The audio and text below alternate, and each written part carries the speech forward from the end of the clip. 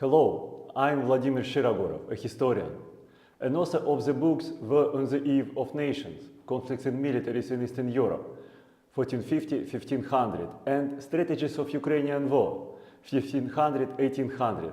The later one is now in print with the publisher Pen and Sword, and I hope it appears in a few months. Today I would like to talk about strategy in the broad sense as a kind of knowledge and a way of action, and strategy as an objective of my course that I launch around at the end of May. This webinar consists of two parts. The first part is devoted to discussion of strategy in its first sense, and the second part displays the contents and objectives of my course. So the two parts of this webinar are constructed according to their tasks. The first part is devoted to discussion about strategy connected to two very important historical figures about which most of public knows. The first figure is the Ottoman Sultan Bayezid I, who was one of the founders of the Ottoman Empire, and as I argue today, he is really the founder of its principal institutions. The second figure is more erratic, more marvelous, and it doesn't have such good historical fixation as the Ottoman Sultan Bayezid I has. Nevertheless, it is maybe more well known. It's the figure of the Middle Asian world conqueror Emir Tamerlane or Timur. Nobody knows what kind of states he established, and a little part of scholars could discuss his real failures and achievements. Nevertheless, Tamerlane is considered one of the biggest strategists in the humankind history, and we are lucky that two these figures had the clash in history, and their clash, as always in war, gives us an opportunity to discuss the combatants, their strategy and their tactics. Discussing the Ottoman Sultan Bayezid I and world conqueror Tamerlane, we could understand the very important connection between the different levels of the armed struggle, between the strategy, between tactics and operational art, and understand how strategy influences the tactic and how tactic reflects the strategy. The first slide in my presentation displays the topics of the webinar, and under the title in general, why strategy, and the second slide displays two parts of the webinar and two impressive pictures. The right picture is a famous moment when the British wartime leader Winston Churchill handed out a sort of victory to the Soviet wartime leader Joseph Stalin. It was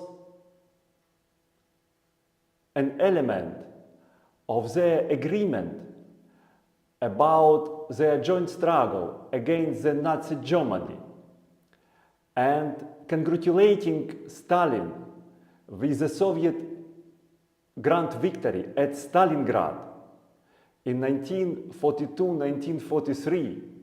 At the same time, Churchill gave this sword to Stalin as a symbol, as it acute, as a symbol of the oncoming Cold War between the liberal, democratic European countries and the United States and the socialist Soviet bloc led by the Soviet Union. It is a demonstration how a small event could become a symbol of the grand strategy that determines the destiny of people and humankind as a whole. And the left picture depicts less a famous but maybe more important episode of the Russian and Soviet history.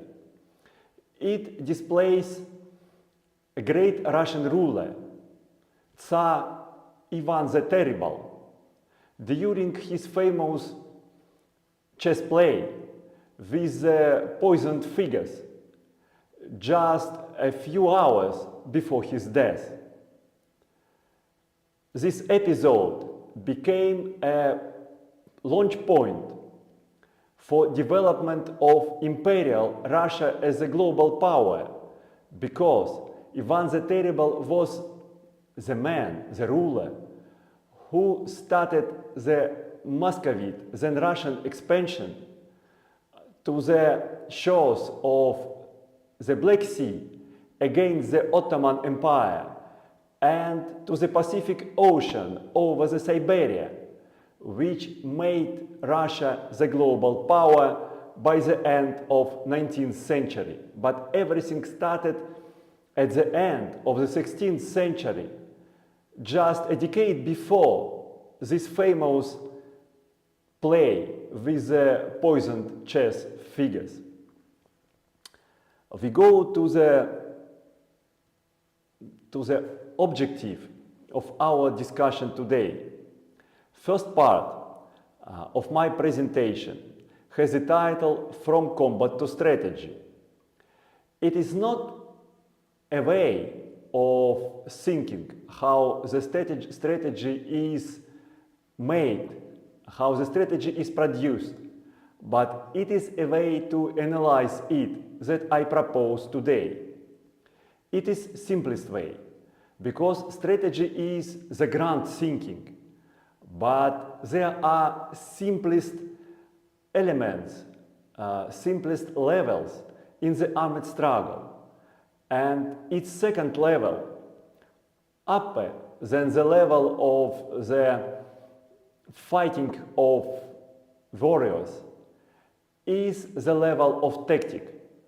Tactic is the rule of deployment and clash of the troops on the battlefield. And this level is more clear. However, it contains the important elements of strategy which embrace the armed struggle as a whole. So we start our discussion about strategy from the tactical level. And I include in this slide the pictures, the portraits of 4 figures that are important when we discuss the first battle of the Sultan Bayezid I that I want to present to your attention. That is the Battle of Nicopolis in 1396. 4 persons, besides the Sultan Bayezid, who is the right figure, is the lower row of portraits, participated in this battle.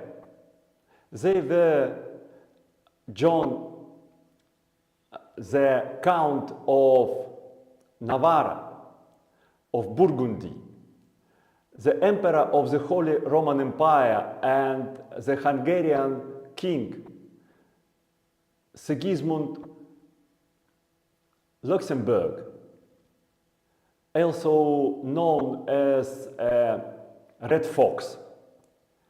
and the Wallachian voivode or prince, Mircea the Elder.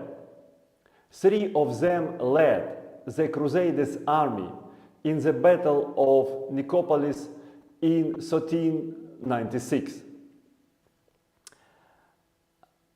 And the second battle that we contrast to the Battle of Nicopolis is the battle at Ankara that took place in 1402 and was fought between the Ottoman army led by Sultan Bayezid I and the army of the Middle Asian world conqueror Emir Tamerlan or Timur. Contrasting these two battles, we try to understand the difference of strategy of these two important historical figures and outstanding military leaders. And we try to understand of what bricks was constructed their strategy. We will try to deconstruct it, to understand how the strategy must be made and must be incepted. We go to the next slide, and there is an interesting illustration to the strategy containing different components in its development. That could be illustrated with our development of Tamerlane image, Emir Timur image in our eyes. The first picture from the left is his depiction in the Chinese sources. The second picture is his depiction in the contemporary European sources. And other 6 pictures are the stages of reconstruction of his image from his crane, from his tomb, by the Soviet reconstructor Gerasimov, who produced the image of Tamerlane that is now widely accepted as the historical true depiction of him. And our task today is to produce the similar stages of understanding of his strategy, to understand how this great military leader constructed his strategy to win the great fame in the human history, to create the great empire, and to rival him in the development of our own strategies. We will discuss 5 different components of strategy. First component is strategic mission. The second component that I also presented in my shorts on YouTube is recognition of the enemy. The third component is the strategic situation. A fourth component is strategic forces. And the fifth component is the strategic risks. We will try to discuss in brief, of course, these 5 components as the elements of the strategy of Emir Timur and Sultan Bayezid, how their strategies sum these components. We start, as I have told before, with the deployment of the combatants on the fields of action. They were deployed on the field of the battle at Nicopolis in 1396 and on the field of the battle at Ankara in 1402 in different manner. It was so different that it pushes us to presume that there were different strategies behind the tactical design. First, Bayezid deployed his army and made his array on the battlefield of Nicopolis not according to traditional medieval composition of forces on the battlefield that were expanded along the front and consisted of the left and right wings and the center, but Bayezid deployed his troops in the deep column. He was a military innovator, and the column disposition was the most important element of his tactic, and at the same time it was a reflection, a projection of his strategy. He arrayed his troops under the screen of the light horse of the Turkish Akinci, who were the Turkic raided, resettled by the Ottoman rulers in Dobruja, that is the Black Sea shore part of the modern Romania. Under the screen of Akinci, which was designed to hide the disposition of Bayezid's troops from his opponents, from the oncoming Crusaders' army, there was an array of the light Muslim infantry that the Ottoman sultans recruited in the urban Muslim population of their towns. It was the infantry equipped with composite bows, a mighty projectile weapon, and it was equipped with the short spears for hand-to-hand fighting. Behind the array of infantry, Bayezid deployed his first military innovation. It was the infantry in mailed infantry of Timariots. Timariots were the warrior estate of the Ottoman Empire, which combined the functions of war and the function to administer its countryside.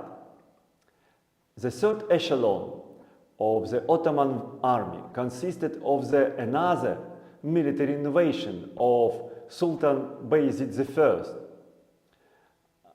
It combined the heavy cavalry of Bayezid's vassal, the Serbian Principality, and his creation, household regiment of Silihdars, of heavy horse. It was the composition of Bayezid's army. The composition of the Crusaders' army was similar. It is the column extended in depth. However, it was not divided to left and right, but it was divided to vanguard, the middle group, and the rearguard division. The vanguard composed of the shock component of the Crusaders' army. It was Burgundian and French armored horse, assault horse, and its main task was to crush and break the Ottoman array. The second division in this deep column of Crusaders consisted of Hungarian mailed horse. Hungarian mailed cavalry was committed to arrange the pursuit of the Ottomans when they are broken, and to care about the flanks and rear of the Crusaders' shock fist of the heavy French and Burgundian cavalry.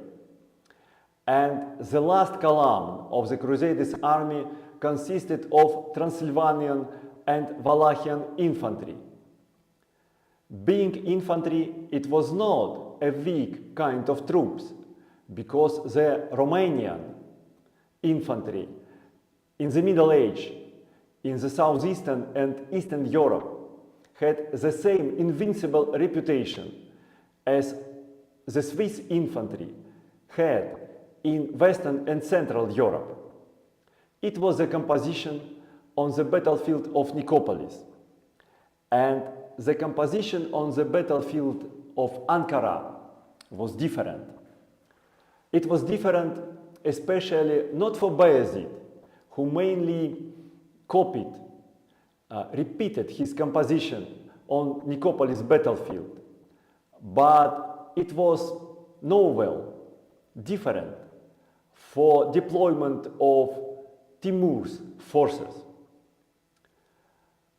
Unlike the Crusaders, Timur did not arrange it center in his army, and he was the military innovator in his time, maybe more advanced, more inventive than Sultan Bayezid I.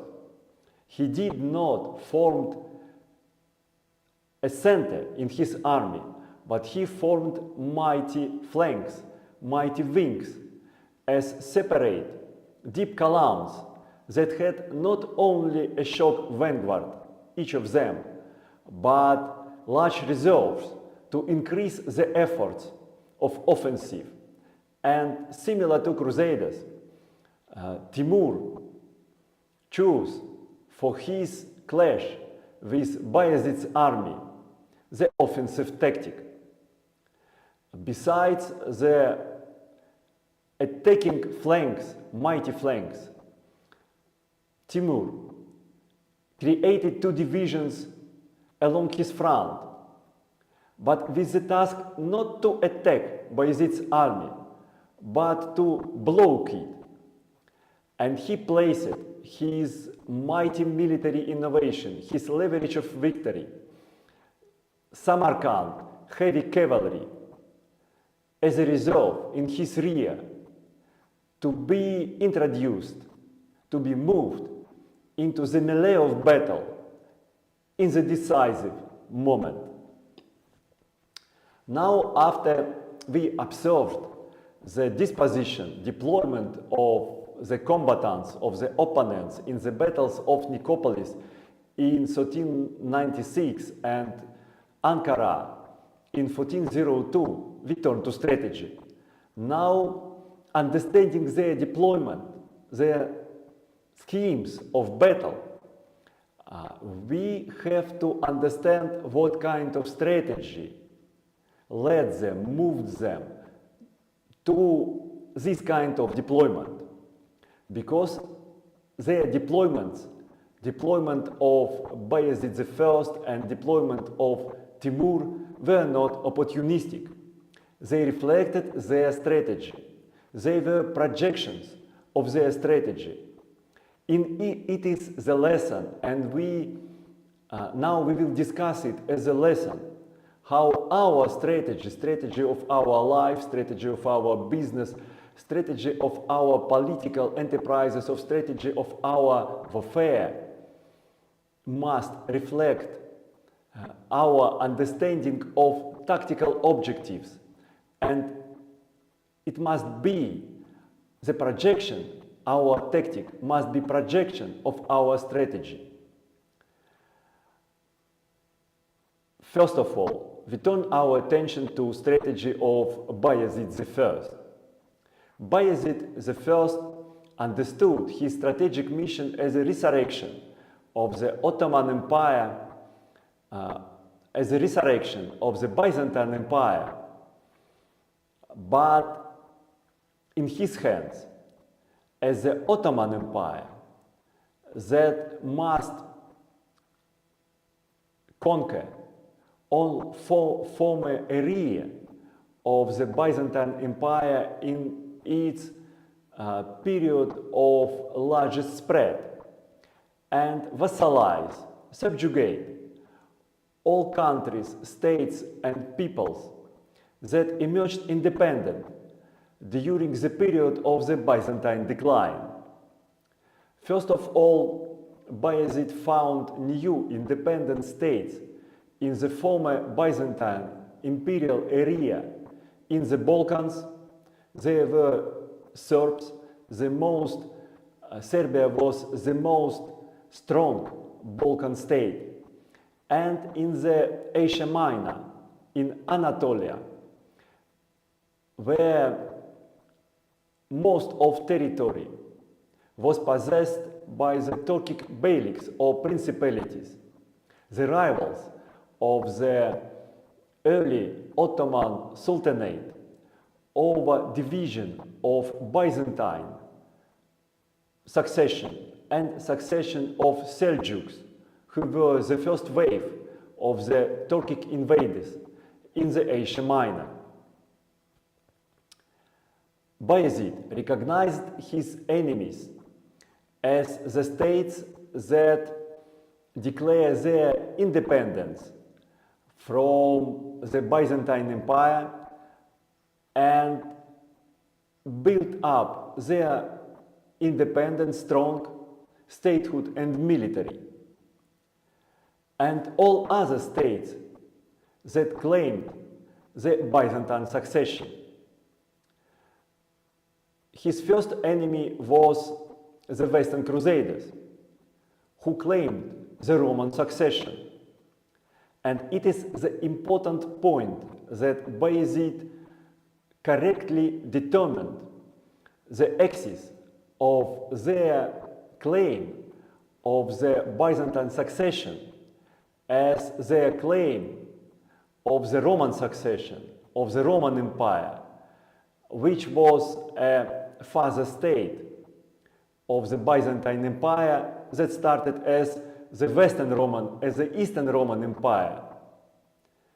So the Western Crusaders were the first enemies of Sultan Bayezid. His next enemies were the successors of Seljuks. As I just have told, the Seljuks belonged to the first wave of the Turkic invaders in the Asia Minor, and there were a number of beyliks, principalities, that existed in the Asia Minor and claimed the territory of the former Byzantine Empire conquered by the Seljuks.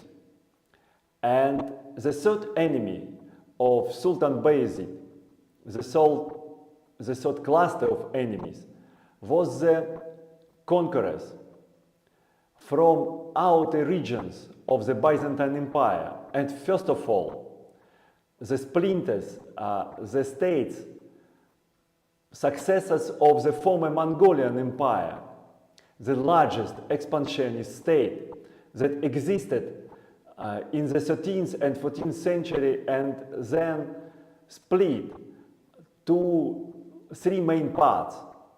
First of them was Ulus-Jurchi, or the Golden Horde, on the northern shores of the Black Sea. The second part was the Chagatai Khanate in the Middle Asia or Central Asia. And the third part was the Ilkhanate on the territory of the modern Iran and Iraq. And Bayezid considered them his enemy because they claimed the Byzantine succession as well, planning to invade the former Byzantine area of power. Bayezid assessed the strategic situation of his state as a combination of strategic scene and strategic order. His strategic scene was the territories of Near East, Asia Minor, and the Balkans. And strategic order, he imagined the strategic order for his state as the entering of his enemy on the strategic scene one after another. Strategic forces in his considerations consisted of traditional and novel military resources that his enemies and he himself could employ to achieve victory, to achieve their strategic objectives. Between them, the most important strategic force was cavalry.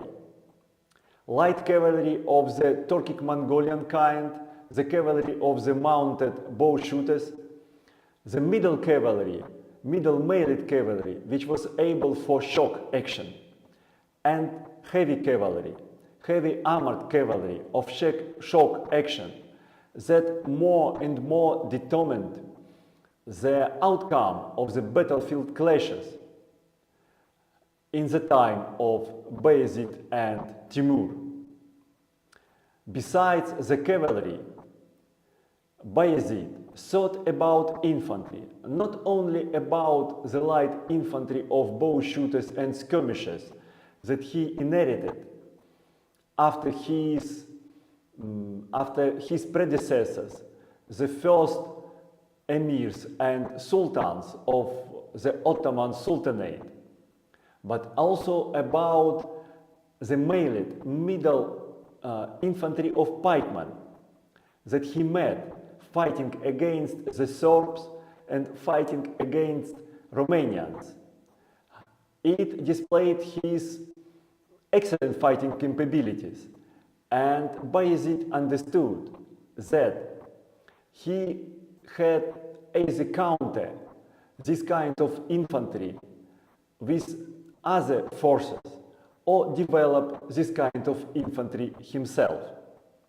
The main strategic risk of Bayezid was the simultaneous entering of his enemies on the strategic scene. The alliance of the rebellious parts of the former Byzantine Empire, such as Serbs, other Balkan peoples, and Anatolian Turkic beyliks, and deployment of the new, innovative, novel kind of military capabilities, such as the heavy assault armored cavalry of the West European kind and new advanced navy that the European crusaders brought to the naval warfare in the Eastern Mediterranean. To achieve his objectives, Bayezid I developed the strategy of 2 points. The first point was the expansion of the Ottoman military potential, Ottoman military capabilities, by consolidating the resources of the states in the former Byzantine area of power, vassalizing the independent states like Serbs, and integrating some of them like the Anatolian beyliks. And the second point of his strategy was development of the new fighting capabilities to counter the new resources that his enemies brought into the struggle. And first of all, the new military capabilities that he needed was the heavy assault cavalry and mailed infantry of pikemen. A strategy of Emir Timur was produced the same 5 components as the strategy of Sultan Bayezid, and the first component was his strategic mission. Sultan Bayezid understood his strategic mission as a commitment to reinstall the Mongolian Empire.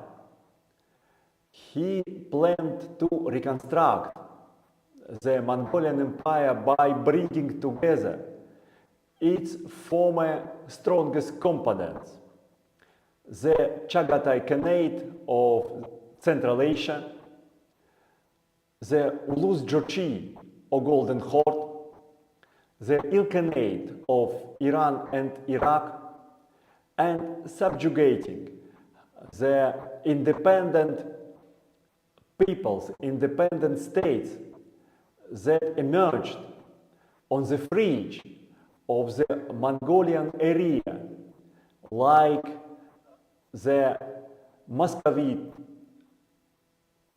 Grand Principality and Lithuanian Grand Principality in Rus, in the territory of Eastern Europe, like the Romanian principalities, Moldavia and Wallachia, like the Delhi Sultanate in India, and the Chinese Empire Ming that emerged following the Chinese rebellion against the Mongolian occupants. Considering the enemies that were opposing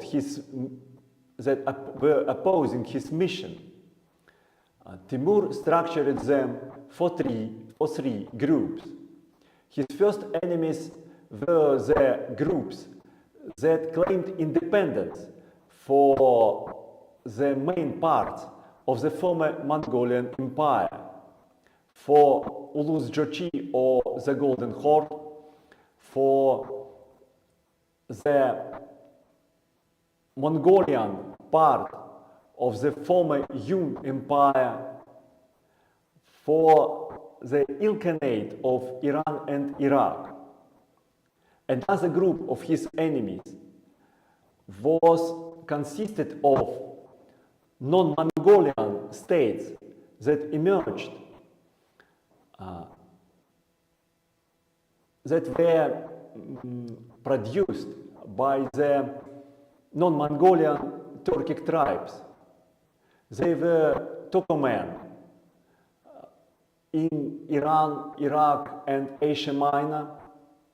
They were the settled states, Muscovy, Lithuania, the Sultanate of Delhi, and the third part of his enemies consisted of the new structures, new states that could invade the area of his activity.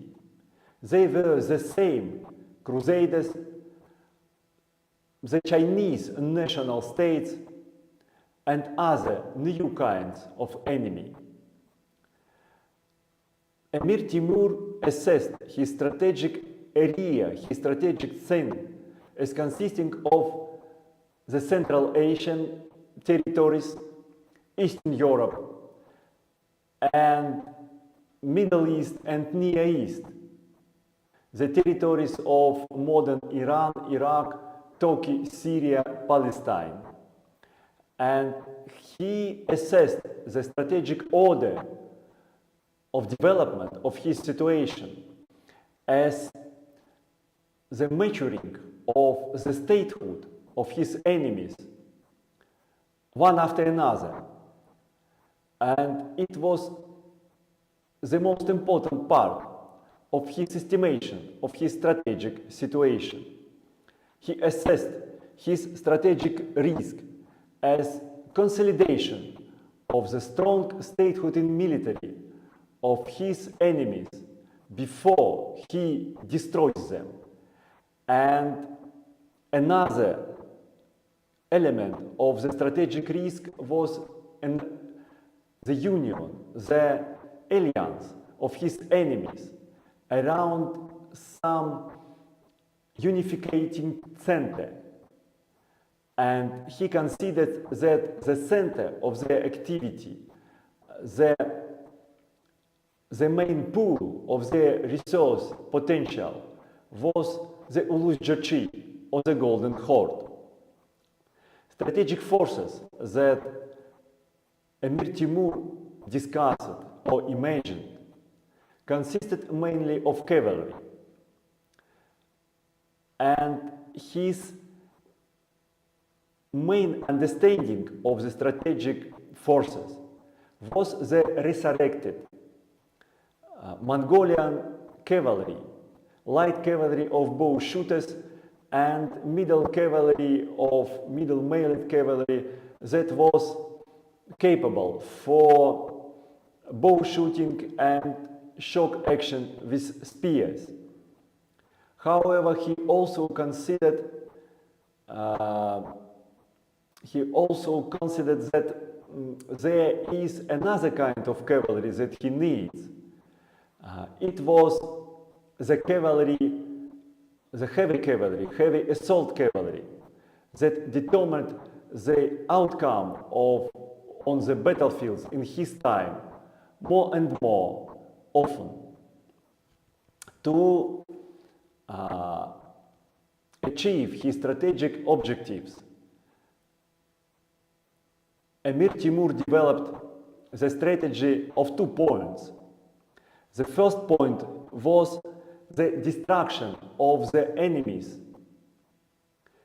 That first destruction of the enemies that developed his statehood and military faster than others.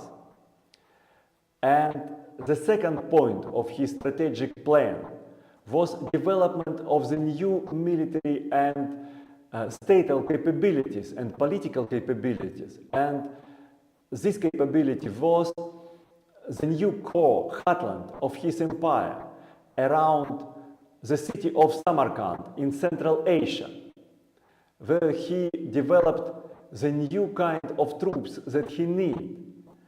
First of all, the heavy armored cavalry. When we discuss the situation, how the strategic thinking of Sultan Bayezid and Emir Timur projected on their tactical choice,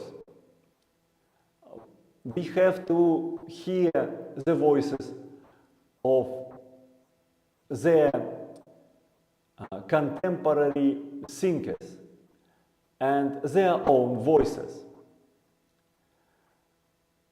In the aftermath of the Battle of Nicopolis in 1396, Sultan Bayezid I met a famous Muslim scholar, Muhammad ibn al-Jazari, and after some conversation with the Sultan Bayezid, Ibn al-Jazari wrote a poem for him, and in this poem he explained some thinking of Bayezid, and it was the strategic thinking.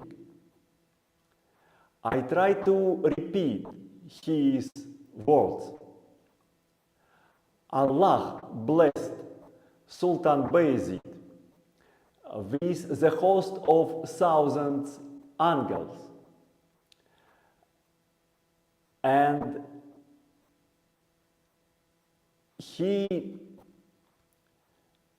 vested the thousands of angels on Sultan Bayezid to demonstrate his might, to demonstrate how in the last time, in Doomsday, Allah created the victory of true believers over infidels, the accent on the direct, immediate action of the Lord over the human beings is evident in the words of Al-Jazari. Also,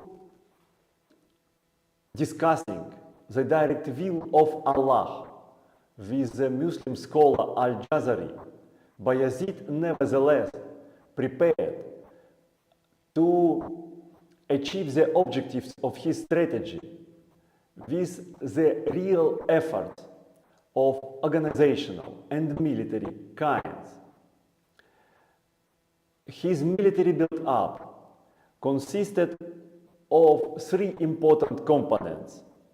The first component was introduction of the universal model of the military service of warriors for the agricultural rent, for all martial estate of the Ottoman Empire in the Balkans and Asia Minor. It was the system of Timar military service, and the warriors who served for Timur rent are named in our scholarship Timuriots. The next step of Bayezid was consisted of the suppression of martial lords in the Ottoman borderland and reorganization of the light Turkic cavalry of Akinji into more orderly pattern than the former bands of marauders as they were. And another component of his reorganization of traditional structures, of traditional military forces of the Ottoman Sultanate, consisted of his integration of the military estates, of the martial estates, of the Anatolian beyliks into the Ottoman army. At the same time, together with reorganization of the traditional Ottoman military structures, Bayezid developed the new military components, the new military capabilities. And first of his novel military capability that produced a great effect on his military campaign was vassalizing of the Serbian Principality and use of its heavy assault cavalry. Similar to the heavy assault cavalry of the Serbs, Sultan Bayezid created his own assault heavy horse of Siligdars. That was his household regiment that he trained for the same assault action. The third novelty that he introduced in the Ottoman military was the new infantry corps of Janissaries, who were mailed middle cavalry with the pikes. And the last component of the military reforms of Sultan Bayezid was restructuring of the Muslim urban militia. Instead of the communal bands of Yaya infantry, he created the new infantry of Azabs that was mobilized and managed by the Muslim district administration system of Qadi that he introduced over the territory of his sultanate. It was the old and new forces that Bayezid brought to his wars that he deployed on his battlefields with great efficiency. However, sometimes with a great failure.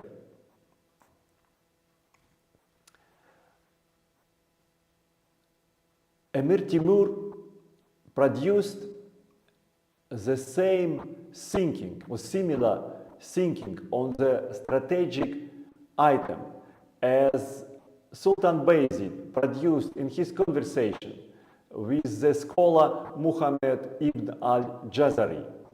However, Timur discussed them directly with Sultan.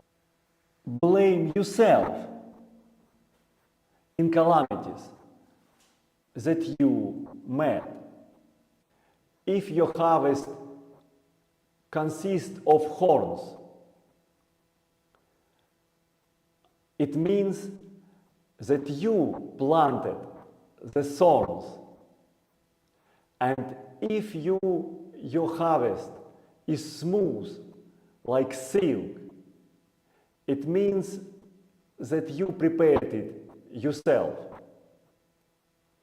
The strategic philosophy of Emir Timur was completely different to strategic philosophy of Sultan Bayezid, and not the direct involvement of Lord was in the center of his thinking, but the action of the strategist, the action of the strategy maker.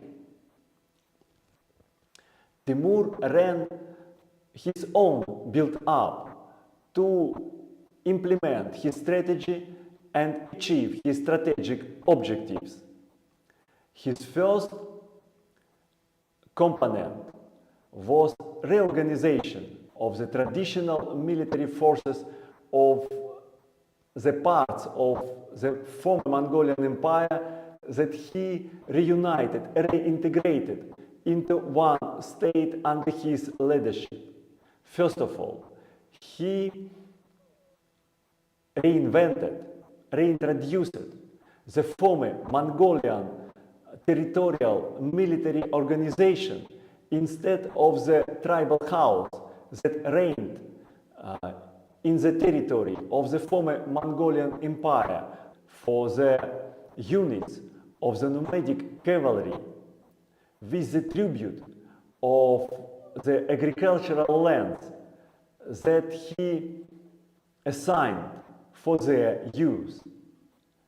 This new model of the military service that Timur introduced became the base of reorganization of the nomadic militia of the Mongolian Khanate and Ulus that he reunited. At the same time, with the reorganization of the former nomadic military capabilities, Timur introduced the new tactical and organizational components. First of them was creation of the heavy horse, heavy cavalry that he settled around Samarkand. On the same Suyurgal, the agricultural land condition, but not only reorganization of martial estate, but organization built up of the arms and armory production industry served to his objective of creation the new fighting component of his Mongolian kind army, reintroducing, re-establishing, reviving the military capabilities of the light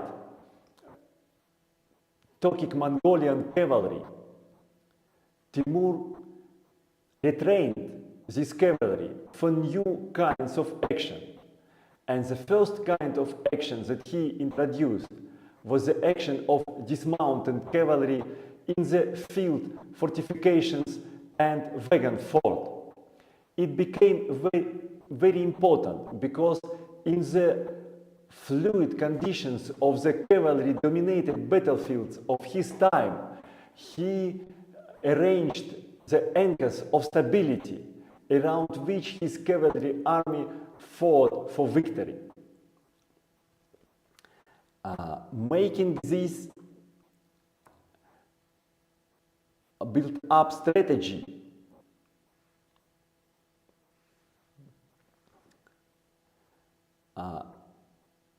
Bayezid and Timur deployed their troops in the dynamic of struggle on the Nicopolis battlefield in 1396 and Ankara battlefield in 1402.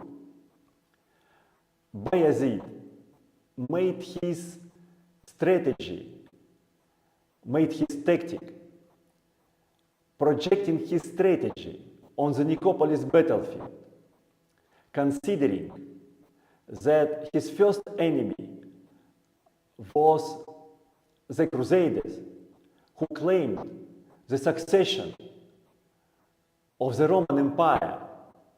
On the battlefield of Nicopolis, he attacked the Roman structure of the Crusaders' army.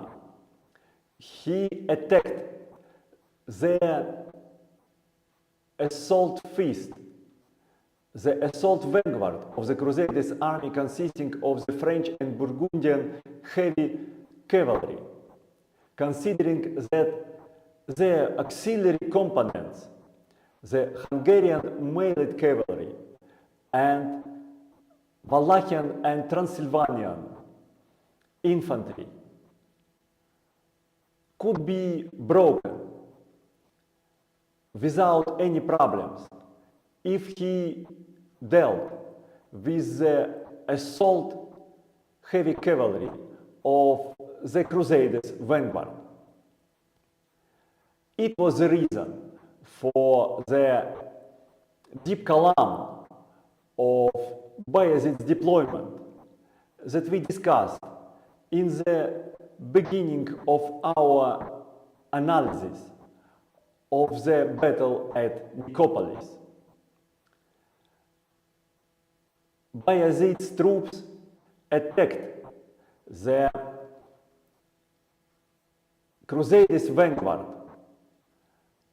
from flanks until it was disorganized and then head-on attacked by the heavy cavalry of Bayezid's reserve.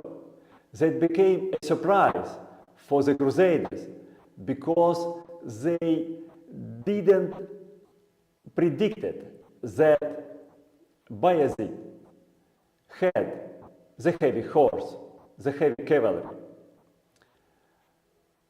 The Crusaders' army was destroyed.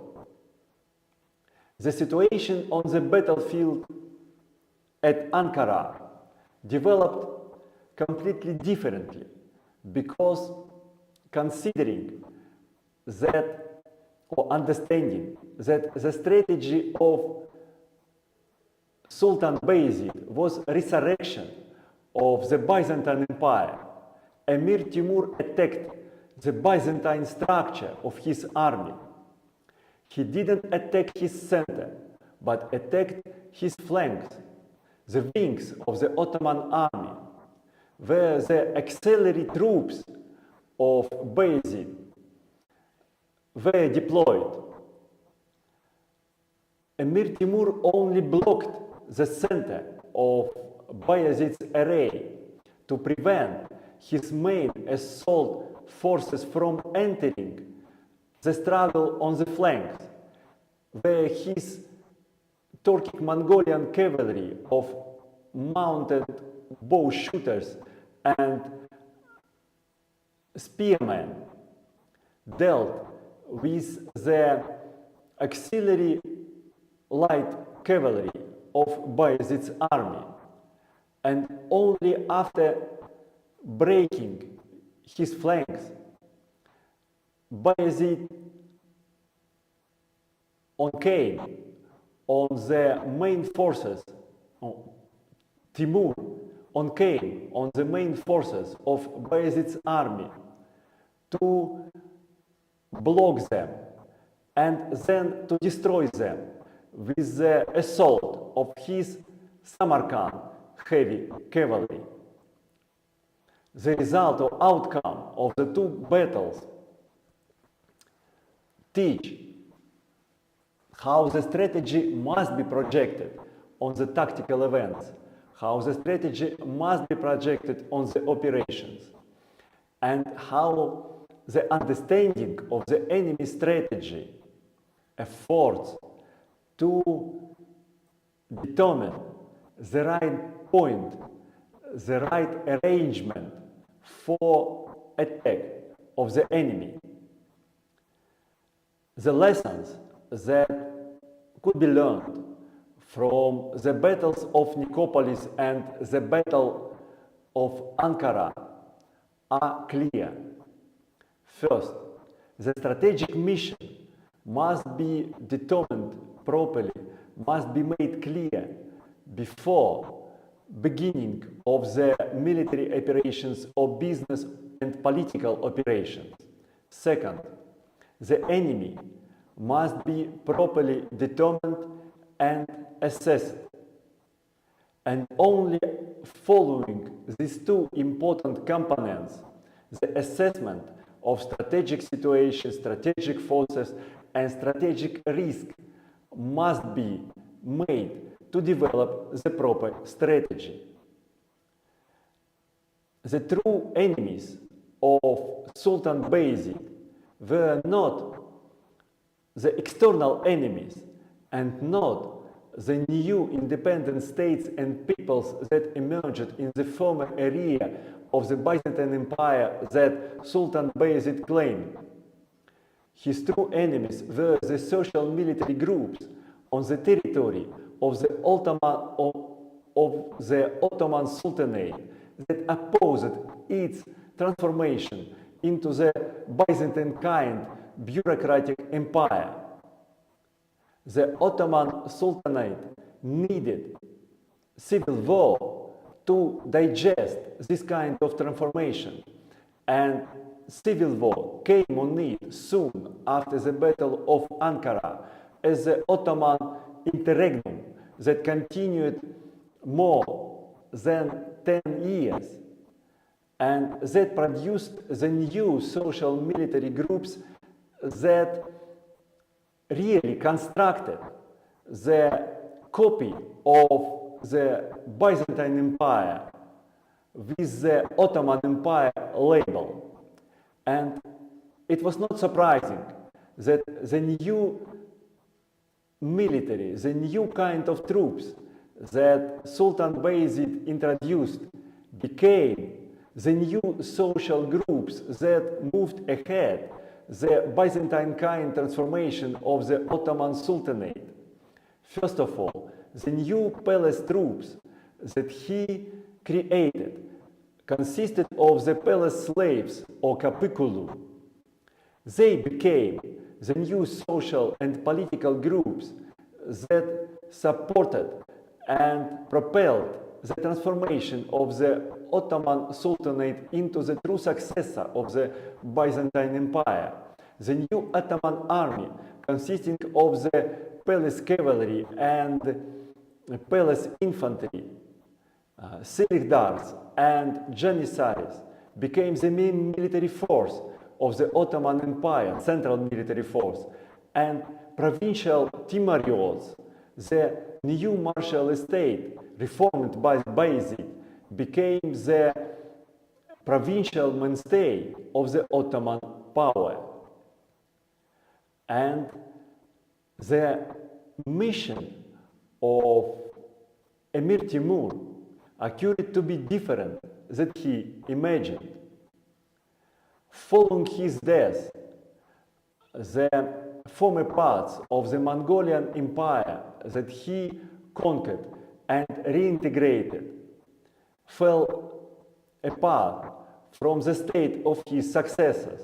However, the new statehood core that he created around the city of Samarkand in the Middle Asia gave birth to two important states of the medieval, early modern, and modern history that have their continuation to today. It was the Uzbek Khanate and Empire of the Great Mongols in India, to which the modern nations of Uzbekistan and India are the successors. The examples of Sultan Bayezid and Emir Timur teach us that making of strategy is necessary to achieve the tactical objectives, and understanding the strategy as not as an imaginative picture of the future, but as a real construction of the bricks that we have to make is absolutely necessary for achieving the objectives that we have in our life. Now I would like to attract your attention to this slide. The last two slides of Bayezid and Timur's stories that demonstrate this conclusion, and they are important not only in the positive projection of the past to the present, but in the negative projection as well, because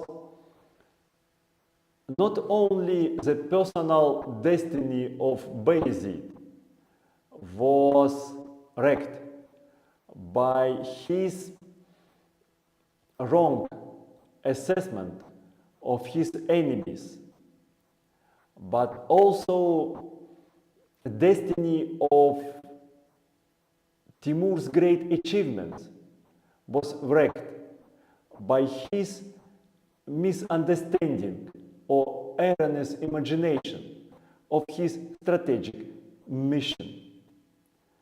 Bayezid was humiliated by Timur being his captive and died in Timur's captivity, and the great empire of Emir Timur collapsed soon after his death. And now I want to move to the second part of today's webinar to discuss the course on strategy that I plan to launch at the end of May of this year. The name of the course is Military Strategy for Warfare, Politics and Business. The reason for this title and the content of the course is totally reflected in this title. The reason for the military strategy in this title is that strategy is a military category, and developing the strategic thinking and developing the capabilities for the strategic action, first of all, it's necessary to incept the strategy on the foundation of the military strategy, because it is the only kind of strategy that reflects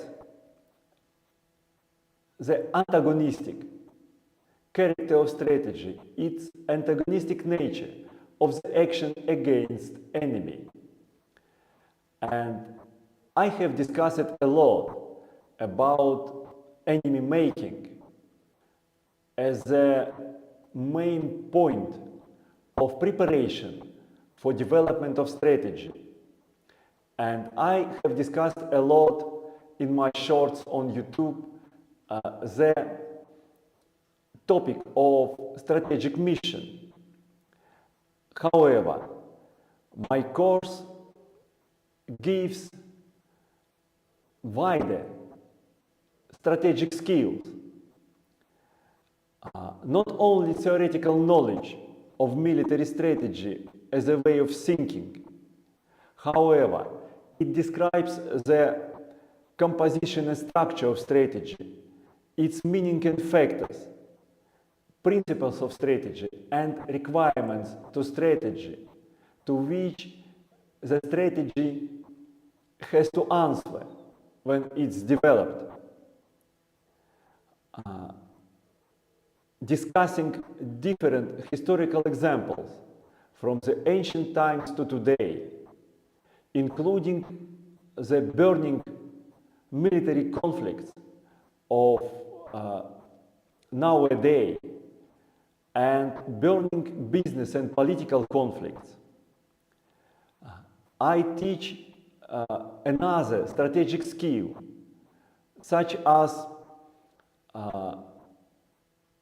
an ability to grasp the strategic situation and track the strategies of its actor, because none of us is acting on the strategic theme, is acting in our life alone.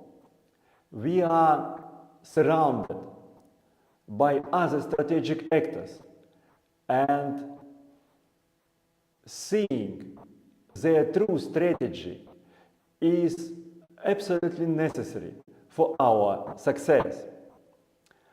I also teach to construct the strategic models. The same models like I explained with the examples of Emir Timur and Sultan Bayezid. And then to apply the strategic models like patterns on the real situations to achieve the success.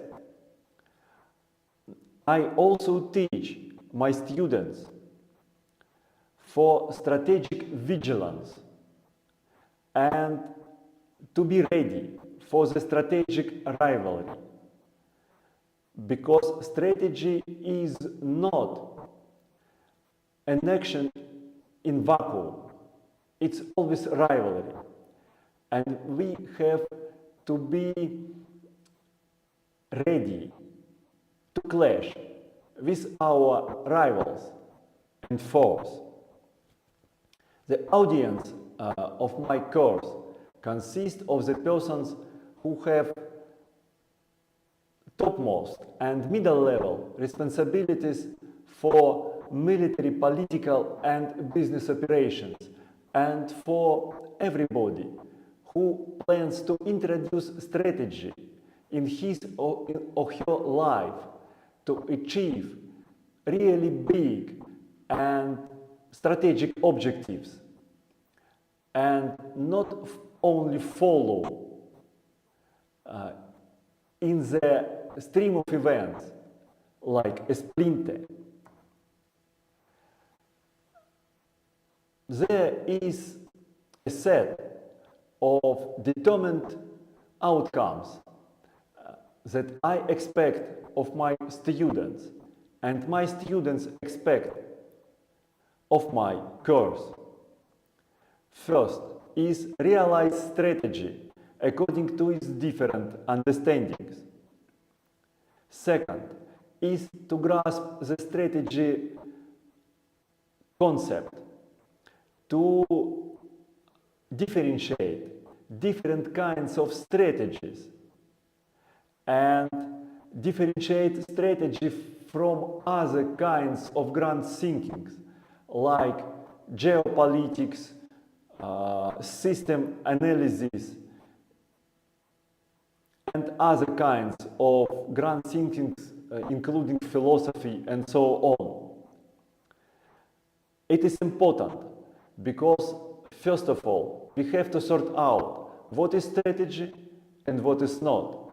And when we are making our strategy, we have to make not dream and not some primitive, short-sighted approach, but really the strategy that must be developed in long period of time, committed to grand things and bring the great results. Another important skill that I propose to master is the strategic analysis. Strategic analysis is the deconstruction of events of any level, on tactical, operational or strategic level, to understand the strategy. Strategy is the kind of thinking and the way of action that could be found on any level of struggle, and strategic analysis is the skill to find it and then to view from the small point the really grand development of events that are happening. And strategic prognosis is another very important skill that have to be mastered. I see that for many people, the strategic prognosis is the true sense of strategy true learning that must be mastered, because understanding the future, we could imagine, implement and use the tools, the strategy, how to shape the future for our ideal and needs. The course consists of 10 classes, and each class is committed for the objective, the topic that must be mastered from the initiating to the conclusion. And these 10 topics cover the field of strategy in full, and they cover the skills that must be mastered, learning the strategy from the simplest imagination of the strategic ideals to the construction of strategic models and their projection on reality, to the mastering of use of the strategic tools and commanding the strategic forces. Following the classes, I propose to my students to author the essay on the strategic matters in the fields of military, political, or business strategy, to use the skills that they consider most important for them, to analyze the strategic situation and make up the strategic moves that they need to move to their objectives. All classes of my course I arranged similarly. There is a class with video recorded lesson, reading of the textbook on strategy that I propose to my students, reading of the strategic anthology that I prepare for them, consisting of the important pages from 100 of books on strategy, and consisting of discussion with me as a tutor of the course on the subjects of strategy that my students would like to discuss as the most important for them. Course continues around a month. It takes 2 classes per week, and the final week is committed to discussion of the research papers that the student prepare. I will supply to students the textbook on strategy, the anthology, and additional literature, additional sources for their own strategic research papers. And the later point is very important, because strategy is useful only when the figure who implemented is making. Strategy is a personal affair, and it must be mastered as a personal skill. Military strategy for warfare, politics and business is the course that I propose. It will start at the end of May. I will continue to place the information about the course on my channel with Telegram, and I will continue to attract your attention to the strategic learning and strategic examples in the videos that I place on my channel with YouTube. I wait your attention. Bye.